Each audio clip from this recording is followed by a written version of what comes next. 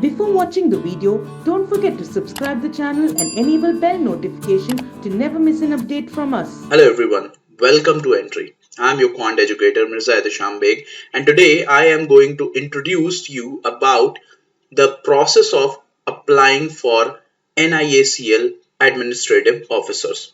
Okay, so it's a very important video. You must watch this video complete so you will get the information, or you can say exact information regarding the how to apply process. Okay, but before we start this video, those who have not installed the Entri app must do it at once and start giving free high quality mocks.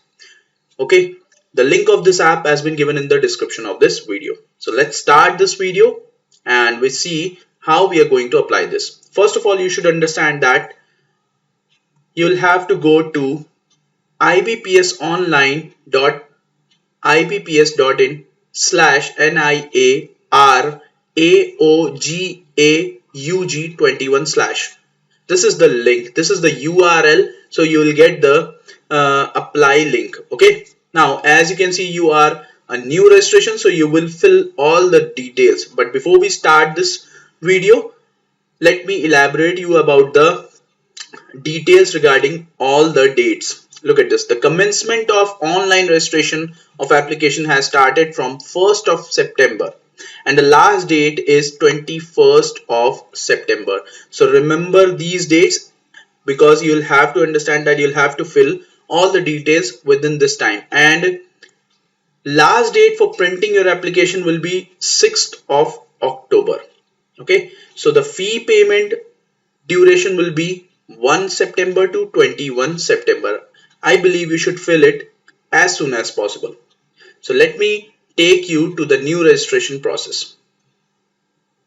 Here comes the new registration policy, where you'll have to give your first name and then confirm it, and after that, look, the first name will be mandatory, okay, and after that optional. So once you type all your full name, you will get to know the full name in one go. Okay, and after that you'll have to fill the exact mobile number, or you can say confirm mobile number, on which you will get the registration, or you can say provisionally registration number and password.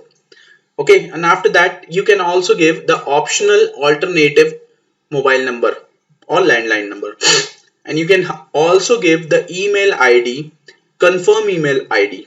Okay, and after that the security code. So after filling this, you will have to save and next and move on. Okay, so I'll give you to the next part, which is photo and signature. As you can see, the next step suggests the photo and signature process, and you can clearly see my registration number has been generated, and now I can go to the scanned photograph and scanned signature details.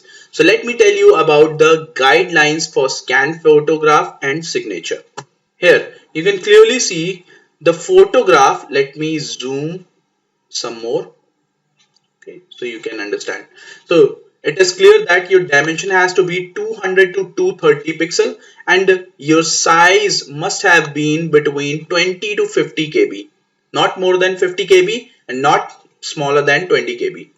Okay, so these are the two important points you'll have to remember. And after that, signature and left hand thumb guidelines, and after that the handwritten declaration guidelines. Okay, so I hope you all are getting it. Look at this, everything is written. Okay, everything is there. Signature, left hand thumb, impression. So your signature and left hand thumb impression. Look at this, the details has been given as for left hand thumb, handwritten, scanned documents. Okay, so all the details are given in this particular document. So let me take you to the information part. Okay, and after that you will have to fill the details portion. So let me fill this one so we can move on to the detailed portion.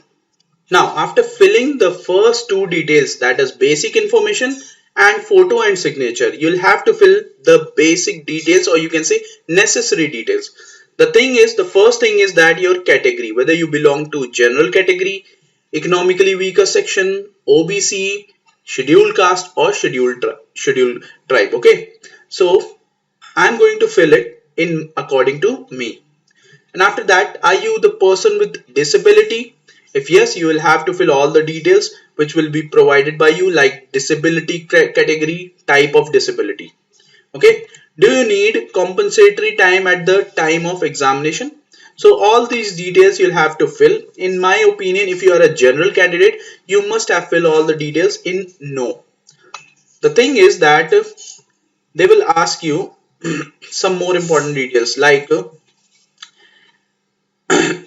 do you intend to use the service of scribe, or you can say, are you existing confirmed employee of public sector general insurance? If yes, you'll have to fill all the details. If no, then it will move on. Okay, so these are the normal things, and all the fresher candidate will come up with no answer. Okay, let's move on to the next section, your religion. So they'll ask you about the religion. Whichever religion you should belong to, you should fill it. Okay, and after that, are you ex-serviceman? Are you disabled ex-serviceman? If you are, then you'll have to tell them about the service period. Okay, are you still serving and not know the date of relieving? Yes. If you are not, if you don't know and you're still serving, then you'll put yes. Okay, then you'll have to give the detail. Okay, nationality, and after that, state, center of examination, the first choice of preliminary examination, and the second one is for the mains examination. Okay, after that, date of birth, gender, do you have your siblings, twin sister or brother, gender of the twin, name of the twin, marital status, and your family details like parents name and your address. Okay, and after that, you will move on to the application fee structure. Okay, so let me fill all these details so you can move on to the next section.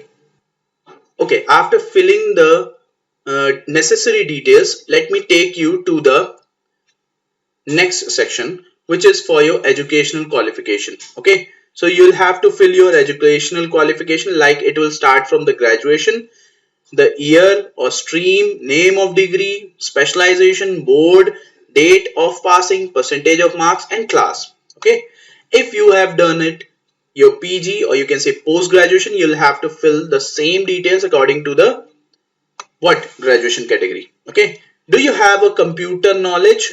They will ask you, do you have operating or working computer knowledge? Then if you have, yes. If you don't have, then set it no. If you have work experience, you'll fill according to your details. Okay, and after that, you'll have to give them the proficiency, or you can say language proficiency. Or before we move on to that, do you wish to avail the benefit of pre-examination training? It is for only SC, ST, OBC, person with disability candidate. Okay, so remember these things. So let me fill all these details so we can move on to the preview section.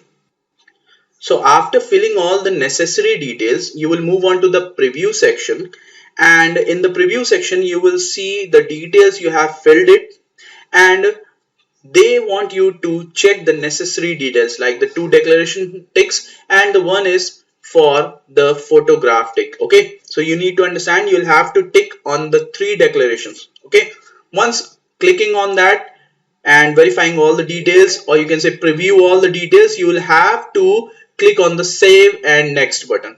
Okay, and then you will move on to the uploads, in which you will see left hand thumb impression and handwritten declaration and security code, and you will move on to the save and next, and you will pay the fees for the last venture. Okay, so the last step will be the payment, and the payment will be 750 for general candidate. I hope you all have understood the procedure. So keep watching Entri, and for latest information must subscribe this YouTube channel so you can get all the latest information regarding the banking and insurance exam. Thank you.